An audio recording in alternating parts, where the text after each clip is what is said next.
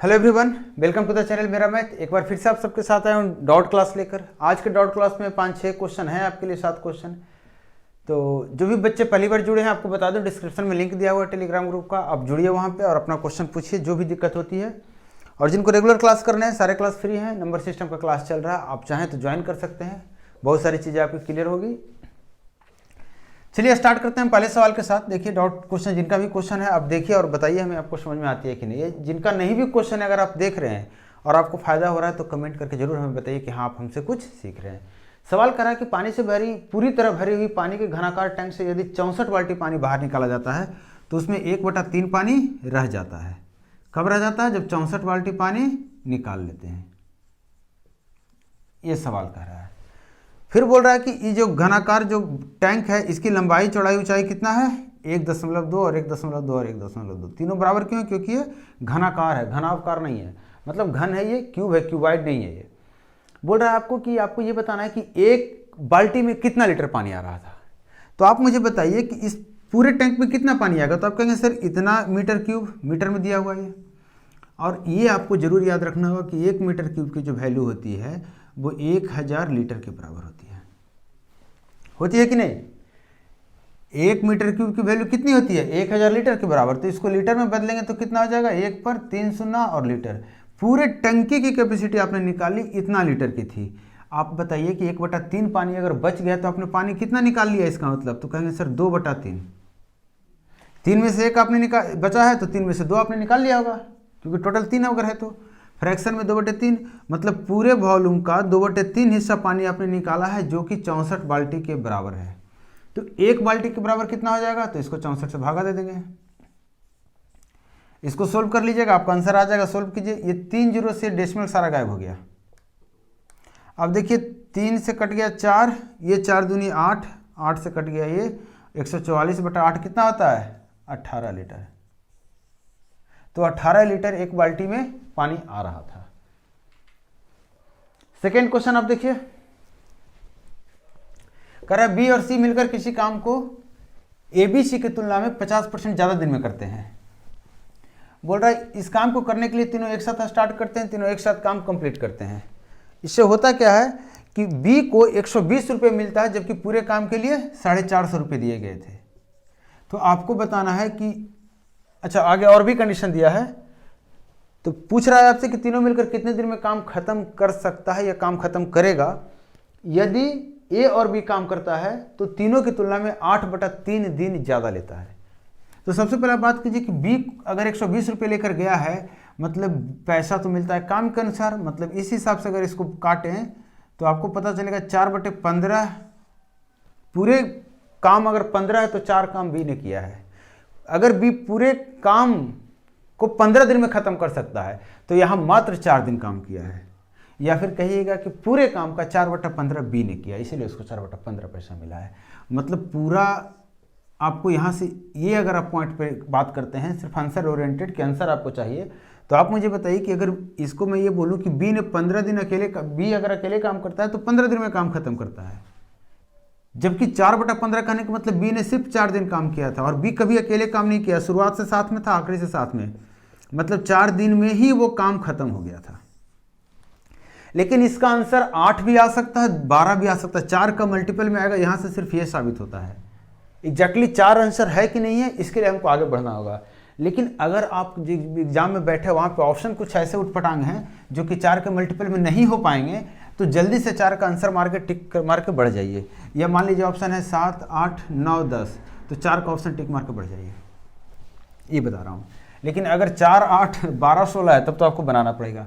बनाने के लिए कुछ नहीं करना, सिंपल सा तरीका है। बी प्लस सी यहाँ काम करता है, ए प्लस बी प्लस सी करता है। ये जितना दिन में काम करता है उससे 50% ज़्यादा समय लेता है।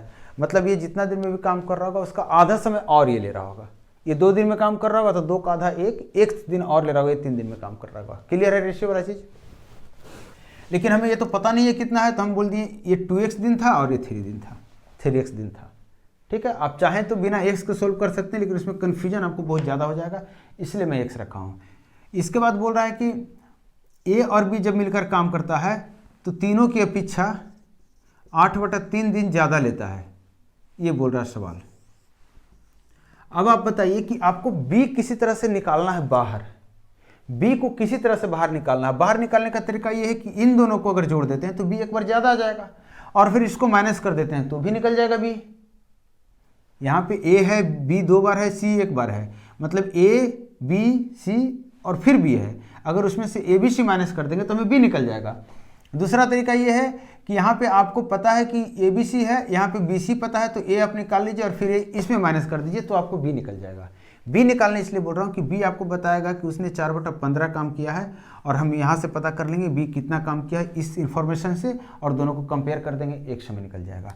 तो हम क्या कर रहे हैं, हम पता कर रहे हैं यहाँ से निकालिए दोनों को कि ए कितने दिन में काम करेगा। तो आप कहेंगे सर 2x दिन में दोनों कर रहा था, 3x दिन में, तो 6 हो गया, 6/1 2 - 3 - 2 1, मतलब 6x दिन में आपको ए काम कर लेगा। निकालिएगा आप, थोड़ा सा इसे फास्ट करना पड़ेगा, एक एक स्टेप दूंगा तो फिर आपके लिए लंबा सोल्यूशन होगा, फिर कहेंगे सर बहुत लंबा हो गया। तो थोड़ा सा ये सब चीज़ें, छोटी छोटी चीज़ें दिमाग में कैलकुलेट करनी होगी। अब यहाँ से बात करते हैं अगर, तो यहाँ से a + b के लिए क्या हो गया, तो कहेंगे सर a + b जो है, ध्यान से देखिएगा, a + b जो है कितना दिन में काम कर रहा है, इतना दिन में। a कितना दिन में काम कर रहा है, उतना दिन में। इसका मतलब इसकी इफिशियंसी माइनस उसकी इफिशियंसी कर दिया, अगर ऐसा मैं कर दिया तो यहाँ पे b की इफिशियंसी निकल कर आ गई। ध्यान से देखिएगा, b की इफिशियंसी निकल कर आ गई, लेकिन ये किसका है, तो कहेंगे सर a + b का है। ये किसका है, a का है। हम b निकाल रहे हैं, तो b निकालने के लिए ये मैं लिखा हूँ समझने के लिए, इसको जल्दी से सोल्व कर लीजिए तो 3 ऊपर चला जाएगा और ये 6 हो जाएगा।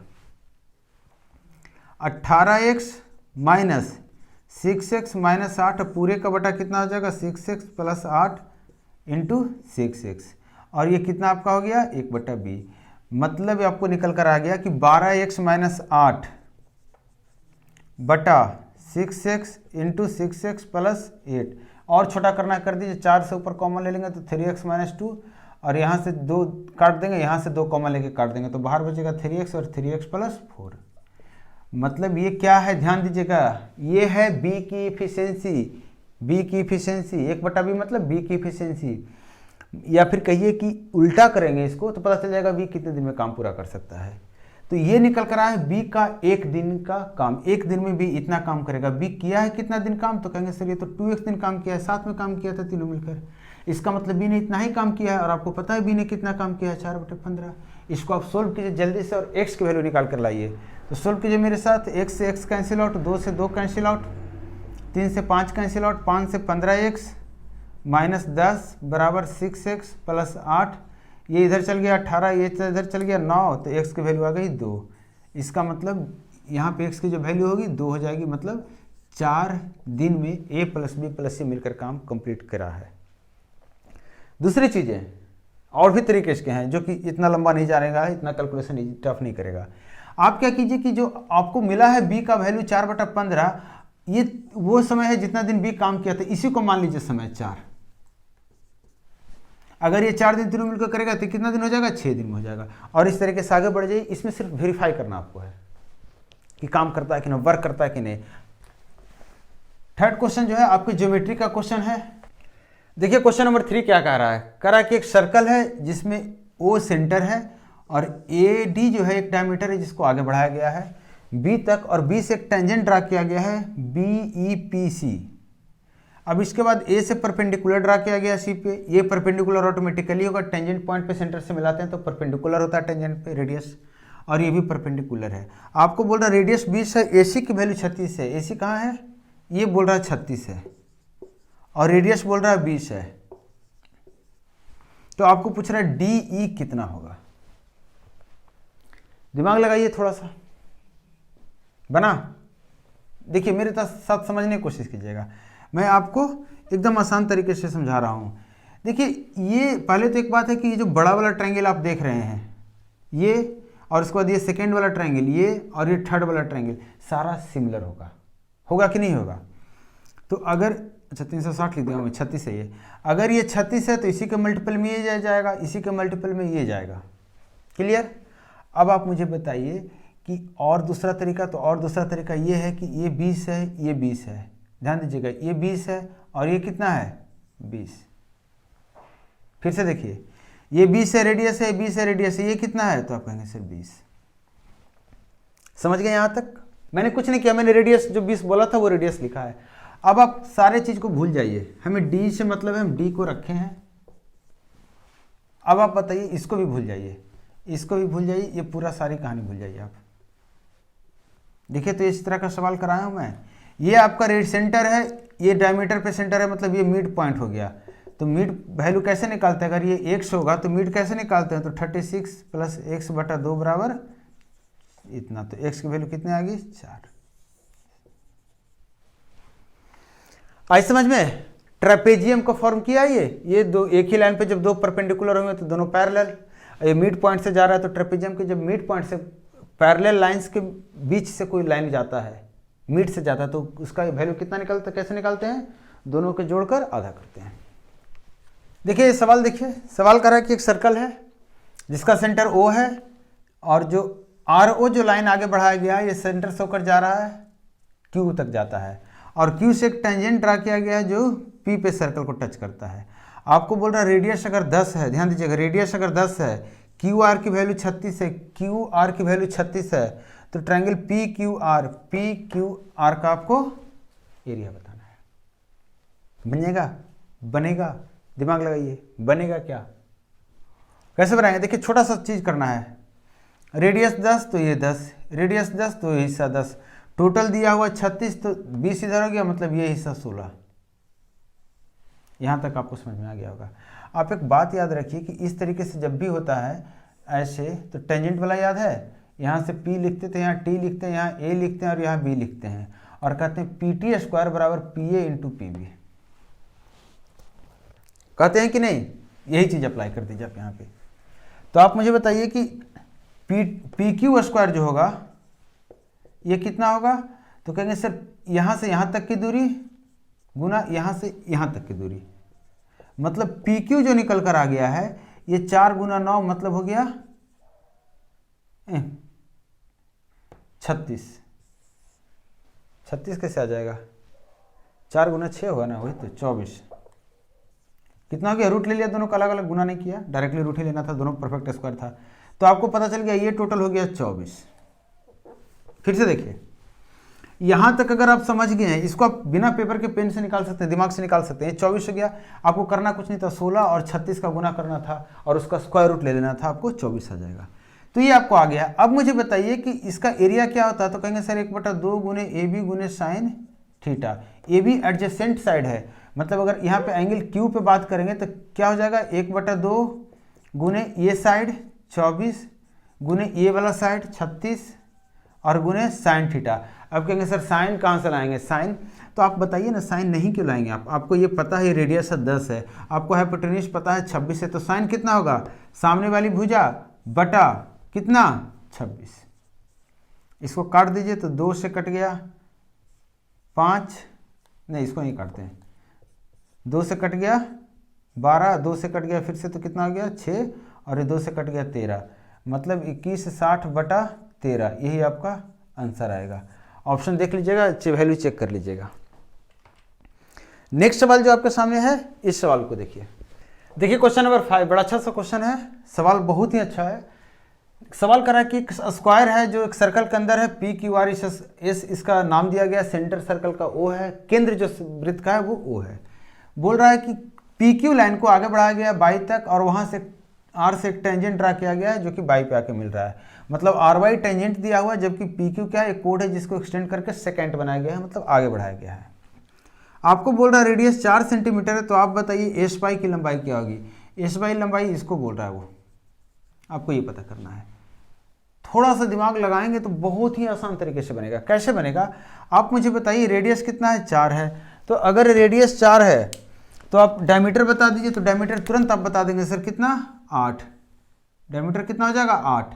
अब बताइए इस ट्रायंगल में या फिर स्क्वायर के डायगोनल अगर 8 है तो एक साइड कितना हो जाएगा? 8/√2 मतलब 4√2। तो ये भी हो गया 4√2, ये भी हो गया 4√2। देखते जाइएगा, वैसे भी सब साइड ही है। अब एक चीज और नोटिस कीजिए, ये एंगल कितना होगा? ये वाला आप कहेंगे सर 90। ध्यान से समझना है, आप कहेंगे 90। आपको याद होगा मैंने बताया था कि अगर ऐसे कभी भी सिचुएशन आ जाए कि ये तीनों बराबर होता है तो ये 90 डिग्री ही होगा। और अगर ये 90 डिग्री हो रहा है, कोई दो बराबर हो रहा है, तो तीसरा भी उसके बराबर होगा। यहाँ पे यही वाली बात है कि ये जो है लाइन, इस ट्रायंगल को, रेड ट्रायंगल को देखिए, यहाँ से मिलाएं, ये 90 डिग्री है, तो ये दोनों तो आपको बराबर पता है, तो ये 90 डिग्री हो रहा है, मतलब ये भी बराबर होगा। यही बता रहा था आपको। अगर आपको ये बराबर हो गया, आपको समझ में आ गई ये बातें, तो फिर आगे कुछ बचा नहीं है। ये आपका 4√2 हो गया।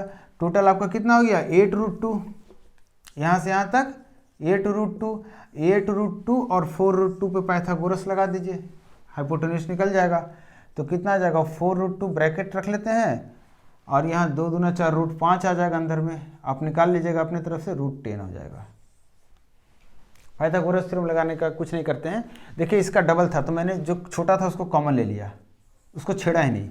मैंने बोला रेशियो में 1 और 2 तो है ना, तो 1 2 का कितना होता है पाइथागोरस थ्योरम से? डायगोनल, तो कहेंगे सर √5, 2² + x², यही √5 को गुना कर दिया था। नेक्स्ट सवाल देखिए क्वेश्चन नंबर 6 देखिए। सवाल क्या कर रहा है? सवाल कर रहा है 2 सर्कल इस तरह से बनाया हुआ जो एक दूसरे को एक्सटर्नली टच कर रहा है। एक्सटर्नली अगर टच कर रहा है तो एक कॉमन टेंजेंट ड्रा कर दिया उसने, ADE। फिर बोल रहा है कि सेंटर से दोनों को मिलाते हुए A तक हम मिलाते हैं, तो इस तरह से एक डायग्राम बनता है। अगर छोटे वाले सर्कल और बड़े वाले सर्कल का त्रिज्या का जो अनुपात है वो दिया हुआ 3 और 5, साथ में बोला AC की वैल्यू 40 सेंटीमीटर दे रखी है। तो आपसे क्या पूछ रहा है? आपसे 40 यूनिट है, सेंटीमीटर नहीं है, 40 यूनिट सिर्फ दिया हुआ है। तो अगर 40 है तो आपसे पूछ रहा है किसकी लंबाई बताना है? आपको बताना है DE की लंबाई, D और E की लंबाई। कैसे बनाएंगे सोचिए थोड़ा सा। सबसे पहले तो आप एक काम कीजिए, इसको यहाँ से मिलाइए, इसको भी यहाँ से मिलाइए। आपको पता है ये 3 यूनिट होगा तो ये 5 यूनिट होगा, इतना पता है ना आपको।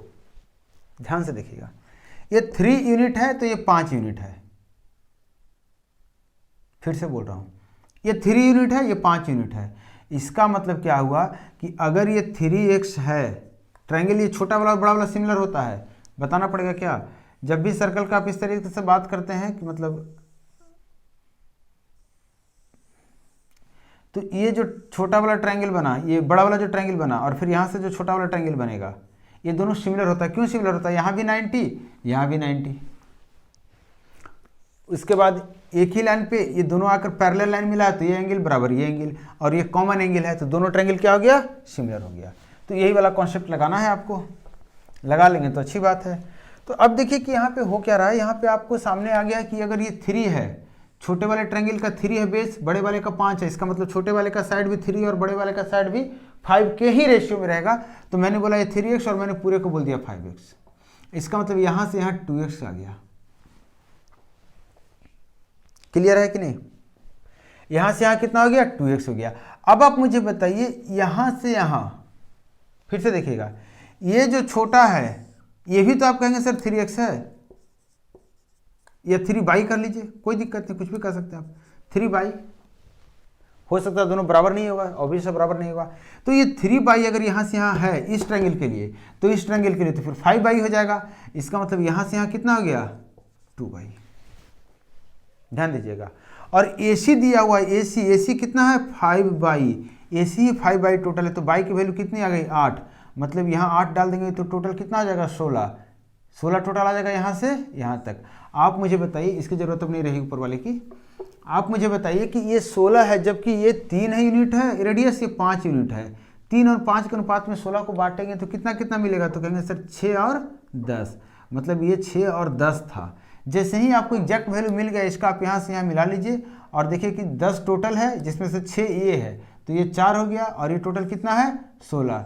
तो 16 और 4 आपको ये निकालना है, तो ये क्या हो गया? 16² माइनस 4² का रूट, तो 240 आ गया। इसका रूट निकाल लेंगे तो कितना हो जाएगा? 16 गुने 15 होता है ना, 4 गुने √15।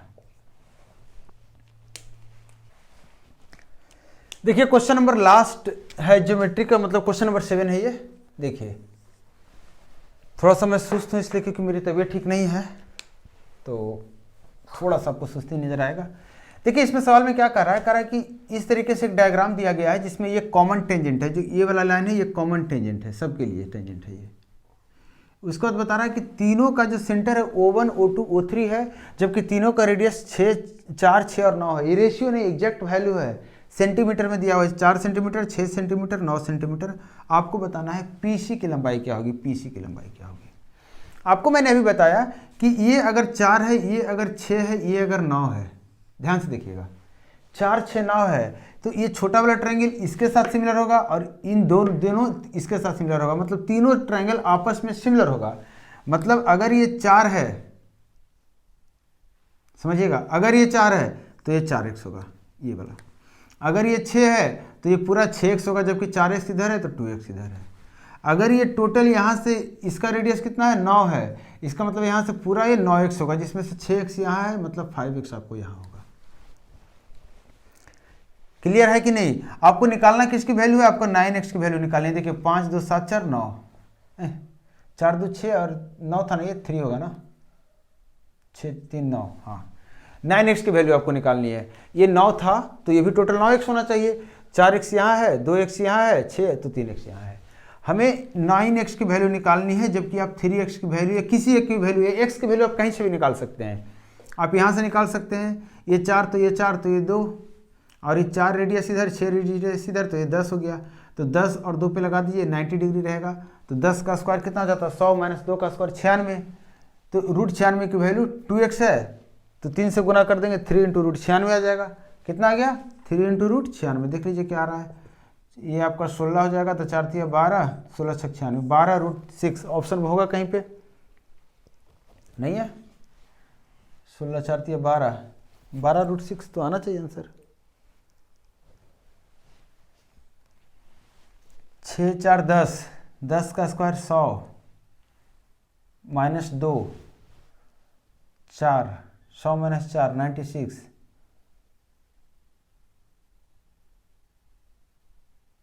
नहीं थोड़ा सा मिस्टेक हो गया, ये जो आया ये आपका रूट 96, ये 2x की वैल्यू आई है।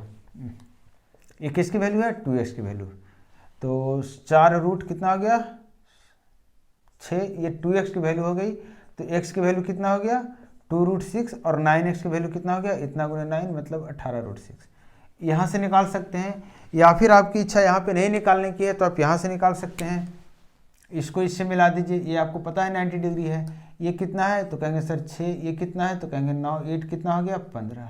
ये 9 है पूरा, तो ऊपर का कितना, ऊपर से नीचे 9 है, जबकि ये 6 है, इतना 6 है, तो ये कितना हो जाएगा 3। 15 3 पे पाइथागोरस थ्योरम लगाएंगे तो 225 माइनस 15 कितना हो गया 210, माइनस 9 हो जाएगा ना, मैं भी थोड़ा सा उटपटांग कर रहा हूँ थोड़ा। कितना आ गया 216। ये 216 वैल्यू किसकी है 3x की वैल्यू है। ये हमने ये निकाला 216 आया है, तो हमें निकालना कितना है 9x। इसको 3 से सिर्फ गुना कर देंगे, मतलब 3 इंटू और 6 रूट 6 इसका होता है, तो 18 रूट 6 सेंटीमीटर। किसी भी तरीके से निकालिए। तो आपने देखा होगा इस तरह के सवाल में जहाँ भी सर्कल्स का कॉमन टेंजेंट बात करता है, सर्कल एक दूसरे को एक्सटर्नली टच करता है, तो इस तरह के सवाल में सिर्फ रेशियो मेथड ही लगेगा और आंख बंद करके यही करना। लेकिन अगर नीचे ऊपर दोनों रिलेशन तो दोनों में x नहीं रखेंगे, हमने एक साइड का x लिया तो दूसरे साइड का y लेंगे, ठीक है। इसके बाद एक सवाल शायद मेरे पास और अभी आया है थोड़ी देर पहले, इस सवाल को मैं ऐड कर रहा हूँ इसमें। क्वेश्चन नंबर 8 सवाल देखिए, कह रहा है कि A 800 रुपया 12% वार्षिक ब्याज की दर पर उधार लेता है और जो B है 910 रुपया 10% की दर पर उधार लेता है। आपको बताना कितने वर्ष बाद उनका मिश्रधन बराबर हो जाएगा, कितने वर्ष बाद उसका मिश्रधन बराबर हो जाएगा। तो आप मुझे बताइए कि मिश्रधन, अगर ये 100 साल की बात हम करते हैं, ऐसे ही नॉर्मल समझा रहा हूँ कि 100 साल की बात करते हैं, तो इस हिसाब से आप कहेंगे इतना गुने 12% गुने x, इतना इसको ब्याज मिलेगा, जिसमें 800 आप जोड़ देंगे तो आपको मिश्रधन मिल जाएगा। उसी तरह से इसका B का मिश्रधन निकालेंगे तो 910 गुने 10% गुने x, समय x है, इसको गुना करेंगे ब्याज, उसमें 910 जोड़ देंगे मिश्रधन, दोनों को बराबर करेंगे, x आप सोल्व कर लीजिएगा, आपको रिजल्ट आ जाएगा। मैं बता रहा हूं क्या कि आप खुद देखिए कि 0 0 दोनों में कॉमन है, देखिएगा, तो मैंने काट दिया। अब देखिए मैंने बोला कि 1296 960% ब्याज, इस 10 रुपये आपको इधर मिल गया, 0 0 काटा है तो साइड किया है, और इस पे आपको मिल गया 910% का ब्याज। ये बात समझ में आ रही है? फिर से देखिएगा, मैंने बोला कि प्रिंसिपल को आप ऐसे लिख दीजिए, 910 को आप लिख दीजिए 91 गुना 10 और इसको भी लिखिए 80 गुना 10। ये 10 को आप प्रिंसिपल रहने दीजिए और बोलिए इसको परसेंटेज डालिए, इस रेट से उसको पैसा मिल रहा था ब्याज। इसलिए मैंने ऐसा किया कि मुझे पता चल गया, समय प्रिंसिपल मैंने बराबर कर दिया तो मुझे पता चल गया इसको टोटल इतना % ब्याज मिलेगा, इसको टोटल इतना % ब्याज मिलेगा। दोनों ब्याज को बराबर होना है क्योंकि मूलधन हमने बराबर कर दिया है। लेकिन एक गड़बड़ यह है कि जो इसके पास जो मूलधन है ये इससे 110 ज़्यादा है, मतलब बी के पास इससे 110 रुपया ज़्यादा है। तो ये जो 110 रुपया ज़्यादा है यही आपको देगा 110 रुपया। ठीक है, मतलब 110 रुपया को मेकअप करने के लिए आपको 50% के हिसाब से काम करना होगा। 50% के हिसाब से इस 110 रुपया को आपको मेकअप करना है। तो 50% की वैल्यू कितनी हो गई?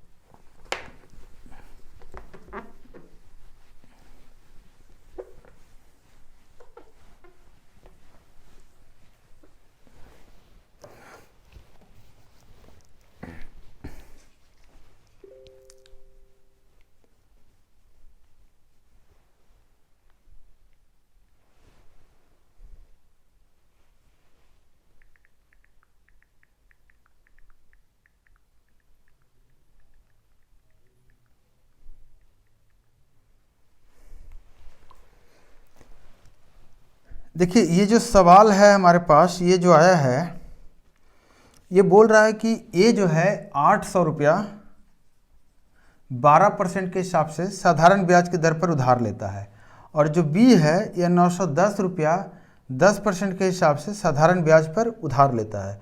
बोलता है कितने वर्ष बाद उनके मिश्रधन बराबर हो जाएंगे, कितने वर्ष बाद उनके मिश्रधन बराबर हो जाएंगे। आप मुझे बताइए कि इसके पास टोटल कितना % इसको ब्याज मिलेगा। देखिएगा तो कहेंगे सर इसको जितना भी % ब्याज मिलेगा वो 9100% ब्याज मिल जाएगा। समझ में आया कि नहीं? मैं बताया हूं जब ब्याज निकालते हैं तो P गुना R गुना T बटे 100 लिखते हैं या P गुना R गुना T % लिखते हैं। मतलब आप प्रिंसिपल से टुकड़ा निकाल के R में डाल सकते हैं, R से टुकड़ा निकाल के T में डाल सकते हैं, T का P में, आपस में इंटरचेंज कर सकते हैं क्योंकि रिजल्ट कुछ भी नहीं फर्क पड़ने वाला है, सब गुणनफल ही है। जैसे मैं बोल दूं P 12 है, R 5 है और T 2 है, तो आप क्या कीजिए 5 2 10 कर दीजिए, बोलिए T सर 10 है, R 1 कर दिया, तब भी देखिए 120 आ रहा है, ऐसे भी 120 आ रहा था। अब बोलिएगा नहीं सर इसको 2 कर दे रहे हैं और 6 कर दे रहे हैं रेट और इसको 10 कर दे रहे हैं, तब भी आ जाएगा।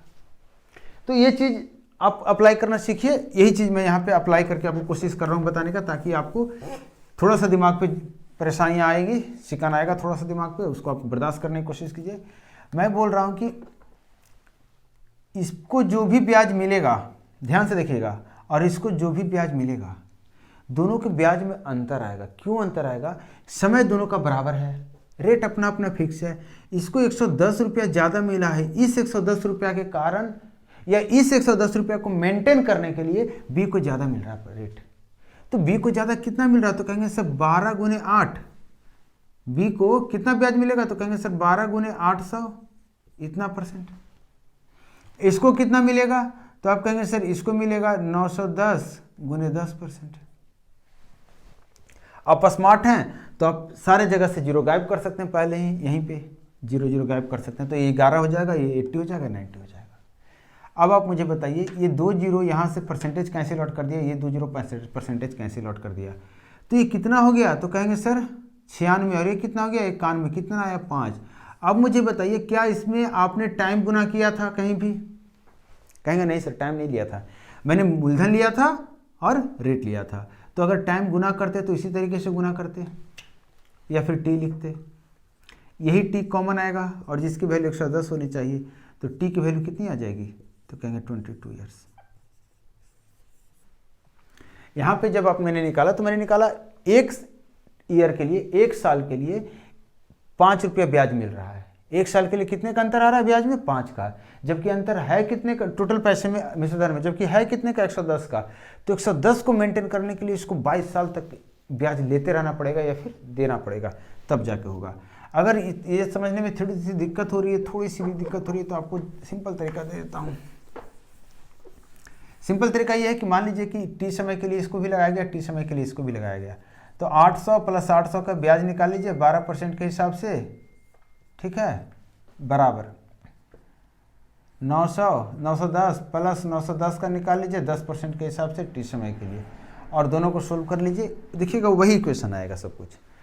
तो चलिए ये हमारा लास्ट क्वेश्चन था। इस क्वेश्चन के बाद प्रोबेबली आपको नेक्स्ट डे नंबर सिस्टम का नेक्स्ट क्लास, जिसमें हम बताएंगे डिविजिबिलिटी रूल, भाज्य के नियम, विभाजक के नियम, जो भी भाग देते हैं उसका रूल क्या होता है, कैसे हम 2 से भाग देंगे तो क्या बचेगा, मतलब लगेगा कि नहीं, 7 से भाग देने के नियम क्या है, 5 से भाग देने के नियम क्या है, ये सारी चीज़ें हम नेक्स्ट क्लास में डिविजिबिलिटी रूल में पढ़ने वाले हैं। तो आप लोग तैयार रहिए थोड़ा सा, और एक्सप्लेनेशन वगैरह पसंद आता है, आपको फ़ायदा हो रहा है अगर इस क्लास से या रेगुलर क्लास से, तो वीडियो को शेयर कीजिए, लोगों तक पहुंचाइए, जितना ज़्यादा हो सकता है जुड़िए। मिलता हूँ नेक्स्ट क्लास में। Thank you.